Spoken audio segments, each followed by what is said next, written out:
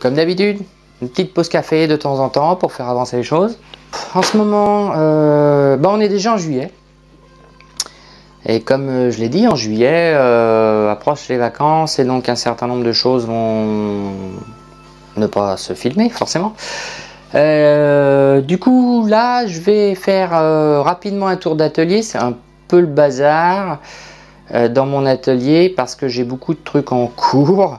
Notamment, donc j'ai la CN sur laquelle je travaille actuellement.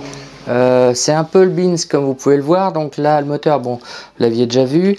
Là, j'avais installé le moteur là temporairement. Celui-ci est mort, vient de griller, ce qui fait qu'il m'a même peut-être flingué une carte de contrôle. Je suis super content. Donc je vais essayer de la réparer. Du coup, je vais mettre le gros moteur que j'ai mis, qui sont intégrés actuellement là pour cette zone-là. Et puis on verra bien. Le truc qu'il y a, c'est que, alors, sur la CN, petite, on va dire pas changement de marche, mais donc je mets cet ensemble-là en courroie sur cette zone-là.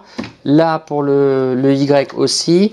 Pourquoi? Alors pour deux raisons. La première, c'est que tout simplement, je vais vous montrer les différentes possibilités de pilotage. Donc Nino, c'est Mac 3 et par l'intermédiaire du port parallèle ou pas. Du coup, pour faire ça, comme ils sont pas capables de piloter autre chose qu'une cartésienne, c'est-à-dire avoir un axe par un pilotage par axe, il me faut un axe par pilotage. Ça, c'est la première chose. Et puis la deuxième, pour pouvoir mettre la méga courroie que j'ai acheté, donc la méga courroie que j'ai acheté, alors par comparaison, ça c'est celle que j'ai actuellement, voilà.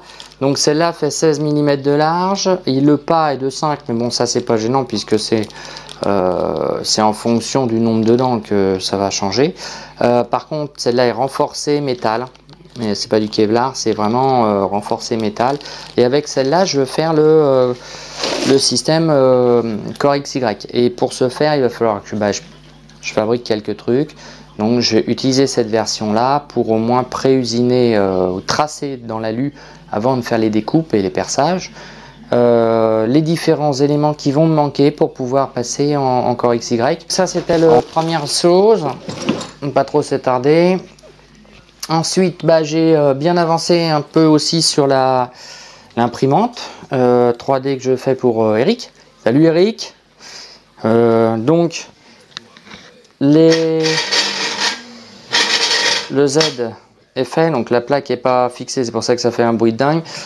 X aussi, il me reste que les supports à imprimer pour pouvoir bien maintenir l'ensemble et avoir le renvoi de la courroie de ce côté-là. Tout ça c'est fixé. Une fois que j'aurai fait ce côté-là pour le renvoi de courroie et le support moteur, eh ben, je pourrais finir, mettre là et cette partie qui vient ici, là. Comme ça, voilà. J'aurai donc le XY de fait avec les moteurs qui sont ici. Il me restera plus qu'à piloter le Z. Donc là pour ça il faudra que je rachète les moteurs.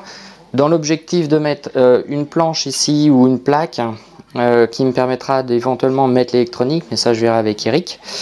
Savoir ce qu'il veut faire. Ça dépend. Après sur les côtés, donc je voulais l'habiller en chaîne, mais je pense que j'ai vu un peu court au niveau timing, donc on verra. Probablement plutôt avec, je pensais plus à une acrylique, un truc si ma CN marche, quelque chose, on verra ce que ça peut être pas mal. Avec des LED sur tout le pourtour ici, qui éclairerait à la fois l'intérieur, mais aussi ferait un effet de halo autour. Le plateau, donc quand on est là, la tête est devant, ici, et le plateau peut monter jusqu'en haut, ce qui fait que pour accéder aux pièces, ça sera plutôt pas mal avant de faire descendre. Alors toi, tu fais beaucoup trop de bruit à mon goût. Voilà. Donc on pourrait envisager de faire un truc plutôt sympa, donc ça sera à tester. La rigidité devrait être suffisante pour envisager éventuellement un outil de gravure. Donc on testera avec une Dremel déportée.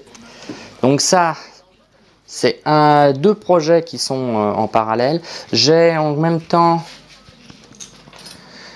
un petit projet électronique avec un Atini 85 piloté en Arduino, programmé en Arduino pour faire la même chose que ça. C'est un LiPo voltage sensor, donc FreeSky pour ma Taranis X7. Donc ça coûte 9 €, si je me trompe pas, hein, hors frais de port. Alors c'est pas excessivement cher, mais voilà, j'avais envie de le faire plus simplement, on va dire, parce que moi j'ai essentiellement besoin, non pas forcément des cellules sur les avions que je vole, mais surtout le voltage global. Donc à partir du sensor que j'avais fait pour ma multiplex, je me suis dit pourquoi pas tester. Et donc j'ai testé, ça marche. C'est pas très simple, je ferai une petite vidéo dédiée à ça, mais parce que c'est la librairie que j'utilise est dédiée à un processeur qui possède un quartz, donc j'ai été obligé de pas mal la modifier, la simplifier. Et donc voilà, ça marche, c'est plutôt pas mal. Enfin, notre projet dehors, on y va. Voilà le projet dehors, qui a plutôt bien avancé, n'est-ce pas? Donc j'ai pas pu filmer parce que dans ces derniers temps il a un peu plu. Donc j'ai fait pas mal de choses entre deux averses et je voulais pas laisser ma caméra dehors, mais il reste encore une grande partie à faire puisque la terrasse vient jusqu'ici. Donc il y a encore tout ça à réaliser. J'ai une partie du film où je mets l'ensemble salle et partie des dalles. Donc voilà, ça sera l'occasion de parler de la réalisation d'une terrasse en bois. Voilà, c'est comme du parquet, hein, ça se pose assez facilement, c'est juste long. Voilà, merci de m'avoir écouté jusque là, c'était vraiment un petit tour. Alors j'ai d'autres projets qui sont en cours aussi, parce que voilà, j'en ai pas que 3 ou 4. Moi je les ai mis en pause parce que voilà, c'est pour des amis, c'est pas pour moi. Donc c'est des projets. J'ai encore une pochette en cuir, un portefeuille en cuir pour faire alors c'est pour le départ à la retraite d'un collègue. Donc il sera parti à la retraite, mais c'est pas grave, c'était mon ancien voisin, donc ça me pose pas de problème, je pourrais aller le voir quand je veux. Et j'ai encore aussi un petit projet électronique pour un collègue qui fait de l'airsoft. Donc voilà, là ça m'implique beaucoup moins puisque je fais que de l'aider. Écoutez, merci de m'avoir écouté jusque là. À bientôt dans le fond du garage pour les vidéos qui vont s'enchaîner, parce que je vais en poster beaucoup plus que d'habitude en très peu de temps, notamment tout ce qui concerne la QX7, parce que pour tout ce qui est CNC pour l'instant je suis un peu dans la merde puisque j'ai mon servomoteur, enfin mon vieux moteur qui a grillé mon contrôleur, donc il faut que j'en rachète un voire deux. Ciao ciao.